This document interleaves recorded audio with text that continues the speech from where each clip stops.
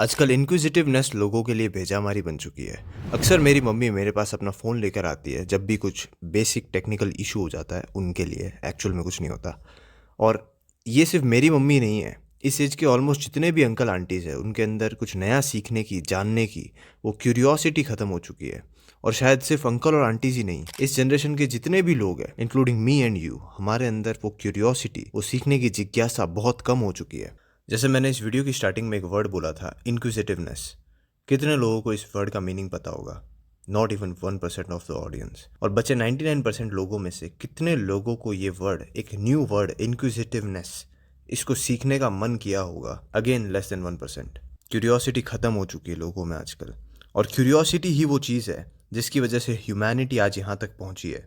सोचो, अगर किसी इंसान ने पहिया बनाने के बारे में सोचा ही नहीं होता, उसको टायर बनाना भेजा मारी लगती, तो क्या आज इंसान गाड़ियों में घूम रहा होता? नहीं। क्यूरियोसिटी इतनी पावरफुल चीज़ है जिसकी वजह से पूरी ह्यूमैनिटी में इतनी ग्रोथ आई है। कोई इंसान साइंस को लेकर क्यूरियस हुआ, कोई इंसान बायोलॉजी को लेकर क्यूरियस हुआ, कोई इंसान कपड़ों को लेकर क्यूरियस हुआ। और इन्हीं लोगों की वजह से आज हम इतने अच्छे कपड़े पहन रहे हैं, आज हमारे घर में लाइट आ रही है, आज हमारे पास मेडिकल फैसिलिटीज़ है। लेकिन आजकल के लोगों में इतनी क्यूरियोसिटी नहीं है। वो desire of learning something new, watching a bird, talking to new people, visiting a museum, ये सब बोरिंग है लोगों के लिए। भेजामारी लगती है अगर कुछ नया सामने आ जाए तो। आज से 50 साल पहले लोगों को एक्साइटमेंट होती थी नई चीज़ों को जानने की, और आजकल भेजामारी लगती है। अगर तुम इस जनरेशन में क्यूरियस नहीं हो, तुम हार जाओगे। फॉर एग्जाम्पल, ऐसे कितने सारे लोग होंगे इस दुनिया में जिन्हें चैट जीपीटी के बारे में नहीं पता। तुम बोलोगे कि चैट जीपीटी के बारे में तो सबको पता है भाई। नहीं, सबको नहीं पता। बहुत सारे लोग ऐसे जिन्हें चैट जीपीटी के बारे में नहीं पता और वो जानना भी नहीं चाहते। और जिन्हें पता है वो लोग तो लिटरली डिस्ट्रॉय कर देंगे इन भोले लोगों को कंपटीशन में। सो क्यूरियोसिटी इज़ वेरी पावरफुल। लेकिन हमारे अंदर ही क्यूरियोसिटी ख़त्म क्यों हो रही है टाइम के साथ? इसके बहुत सारे रीजंस है, जैसे poor mental health, school system, लोगों का ईगो, लो टेस्टोस्टेरोन। लेकिन इस चीज़ का सबसे बड़ा रीज़न है इन्फॉर्मेशन ओवरलोड।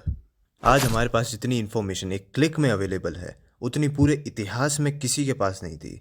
आज हम सबके पास फ़ोन है। तुम एक क्लिक में इतनी नई चीज़ें देख सकते हो जितनी तुम्हारे पूर्वजों ने पूरी ज़िंदगी में नहीं देखी होगी।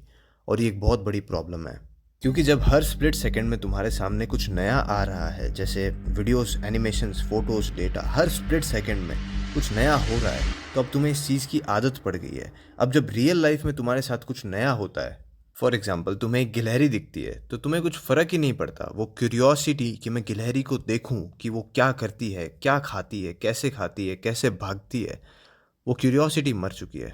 अब तुम्हें कुछ करने का मन ही नहीं करता, कुछ जानने का मन ही नहीं करता। किताबें बोरिंग लगती है, लोग बोरिंग लगते हैं। What a miserable life you are living. This world is so fucking beautiful, and you have lost your ability to feel its beauty. You have lost your ability to learn new things, to live new experiences. You have lost your curiosity. Okay, तुम्हारी curiosity ख़त्म हो चुकी है, fine.